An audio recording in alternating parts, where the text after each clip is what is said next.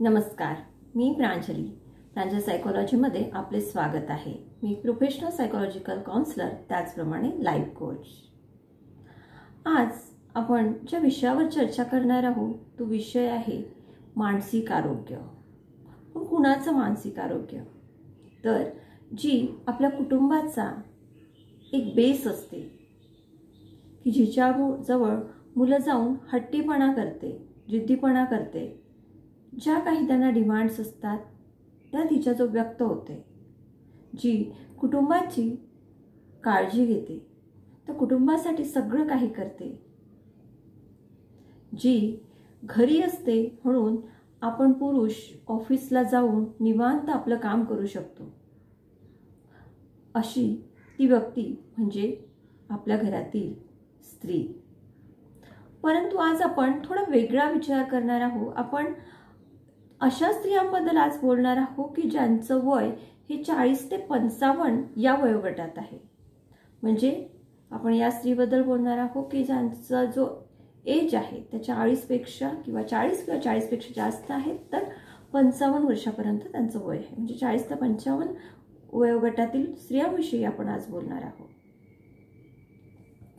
आता या स्त्रिया कशा असतात की कुठल्या त्रासातून त्या जात आहे, त्यांच्या डोक्यात, त्यांच्या मानसिक स्थितीत काय बदल झालेला आहे या 40 ते 55 वयोगटातील, त्यांना काय होतंय, त्यांना काय बोलावंसं वाटतंय, त्यांच्या काय भावना आहे, त्यांची मानसिक स्थिती कशी आहे, यावर आज आपण बोलणार आहोत। तर या 40 ते 55 वयोगटातील स्त्रिया, जेव्हा स्त्री ही 40 ओलांडते तेव्हा तिच्यात खूप सारे चेंजेस होतात। ती चिडचिड करायला लागतं, तिचं कुठल्याही कामामध्ये मन लागत नाही, तिला सतत राग यायला लागतो, थोडंसं काम केलं तरी तिला थकायला होतं। तर थोडंसं म्हणजे काही ती जास्त वेगळं काम करत नाही, तर ते रुटीनच काम असतं की रोज जे करायचं तेच काम असतं, पण तरीही तिला ते रुटीन वर्क जरी केलं तरी खूप थकवा यायला लागतो, झोपेच्या समस्या होतात, झोप येत नाही, कुणी काही बोललं तर लगेच चिडायला येतं, सहन होत नाही। अशा एक ना अनेक समस्या या स्त्रियांना होत असतात। ऍक्च्युअली त्यांना हे कळत नाही की आपल्याला काय होत आहे, आणि त्यांचा एकटेपणा जो त्यांना जाणवायला लागतो तो खूप वाढतो। पण यासाठी त्यांना नेहमी वाटतं की कुणीतरी आपल्याला समजून घ्यावं, तसं होत नाही। आणि मग त्यांचं असतं की मला कोणी समजूनच घेत नाही, मला खूप प्रॉब्लेम्स आहेत पण माझं कोणी ऐकतच नाही। आणि मग या वयोगटात आल्यावर या वयोगटातील स्त्रियांना कुणाचं ऐकून घ्यावंसं वाटत नाही, त्यांना वाटतं की सगळेजण मला गृहीत धरतायत, माझ्यावर अन्याय करतायत। मग त्या या वयोगटामध्ये आल्यावर त्यांना वाटतं मी का म्हणून नवऱ्याचं ऐकायचं, मी का म्हणून सासू सासऱ्यांचं ऐकायचं, ते माझी केअर करत नाही, त्यांचं माझ्यावर प्रेम नाही, या प्रकारच्या मानसिक विचार त्यांच्यामध्ये निर्माण होतात। आणि हे सगळं नॅचरल आहे।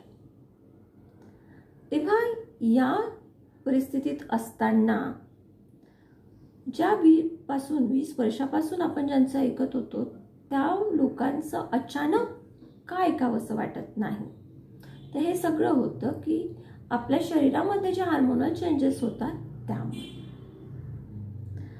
परंतु जे काही चेंजेस होत आहेत, जी काही लक्षणं दिसत आहेत, ती जर आपण वेळेवर ओळखली आणि त्याच्यावर जर उपाययोजना केली तर आपल्याला डिप्रेशनमध्ये जाण्याचा धोका राहत नाही। नाहीतर या वयोगटातील महिला तोच तो विचार करून डिप्रेशनमध्ये जातात। आणि हे नॅचरल आहे। परंतु आपल्याला जर डिप्रेशनमधून वाचायचं असेल, डिप्रेशनमध्ये जायचं नसेल, तर आपल्याला ही लक्षणं वेळेवर ओळखून त्यावर उपाययोजना करणं फार गरजेचं आहे। मग आता तुम्ही म्हणाल की कुठल्या उपाययोजना करायच्या?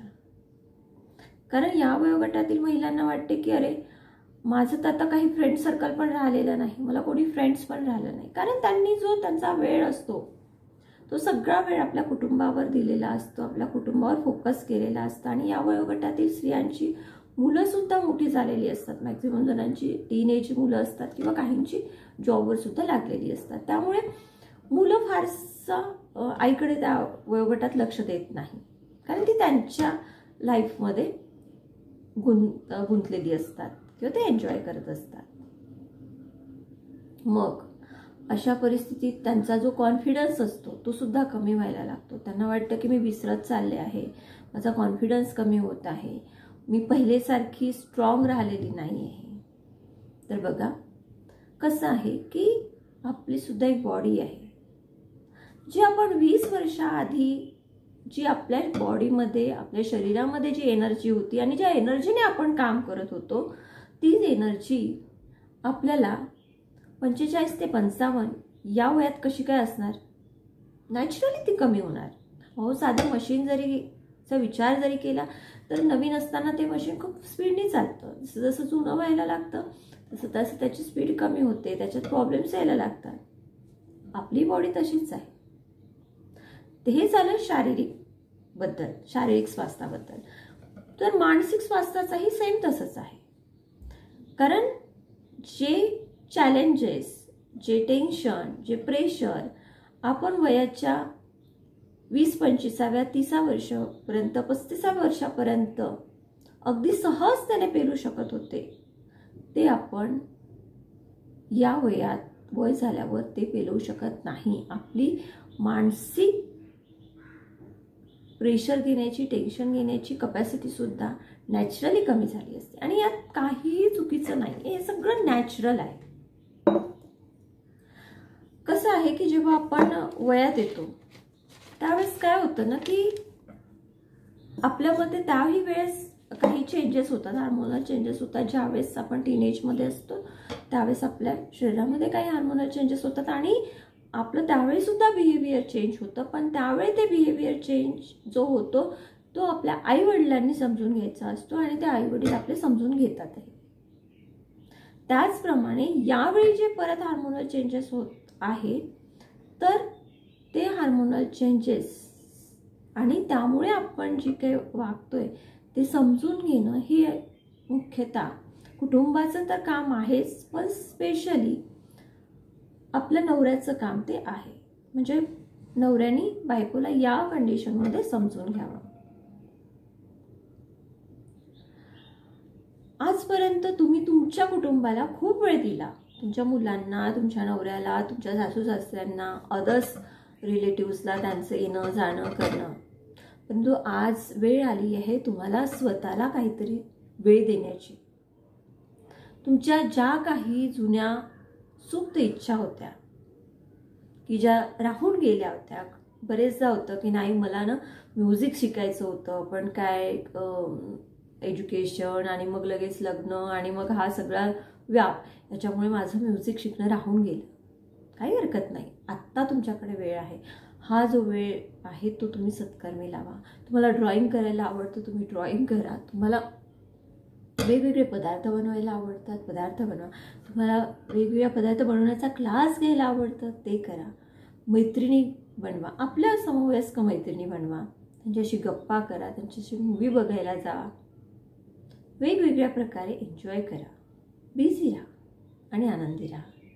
कारण या वयात जबाबदारीचं ओझं सुद्धा मुलं मोठी झाली असतात, थोडं कमी झालेलं असतं.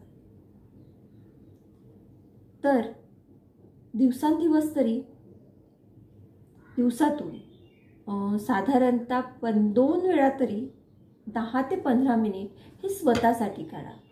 मग स्वतःसाठी काढून काय करायचं? स्वतःच्या आयुष्यातल्या सुंदर गोष्टी आठवा. त्याचप्रमाणे आपलं जे काही आहे जुन्या गोष्टी ज्या खूपच आपल्याला आनंद देत होत्या त्या आठवा. सकाळी उठून दीर्घ श्वास घेण्याची एक्सरसाइज करा. खूप सारे व्हिडिओज यूट्यूबवर आहे की मेडिटेशन कसं करायचं, योगा कसा करायचा. हलका फुलका योगा करा. या वयात मी असं म्हणणार नाही की तुम्ही खूप भारी योगा करा, बट हलका फुलका योगा करा, हलकी फुलकी एक्सरसाइज करा, जे तुम्हाला आवडेल ते. तुम्हाला सकाळी चालायला जायला, वॉक करायला आवडत असेल मैत्रिणींसोबत, मैत्रिणींचा एक ग्रुप करून 2-3 फिरायला जा मोकळ्या हवेमध्ये. किंवा सकाळी छान चहा पिताना एक सूथिंग म्युझिक लावा आणि पण एकटं बसून छान सूथिंग म्युझिक लावा आणि छान चहाचा आस्वाद घ्या. तुम्हाला खूप फ्रेश वाटेल. तर या काही चेंजेस, हे काही आपल्या दैनंदिन जीवनात आपल्याला चेंजेस करणं गरजेचं आहे. तरच आपण आपलं मानसिक स्वास्थ्य चांगलं ठेवू शकू. नाहीतर आपल्याला प्रत्येकदा चिडचिड होत जाईल. थोड्या गोष्टीसाठी आपण चिडचिड करायला लागू. सो आपण असं म्हणतात की 40 नंतर स्त्रीचं एक नवीन आयुष्य सुरू होतं. तर आपल्याला हे जे नवीन आयुष्य आहे ते कशा प्रकारे सुरू करायचं आहे हे आपल्या हाती आहे.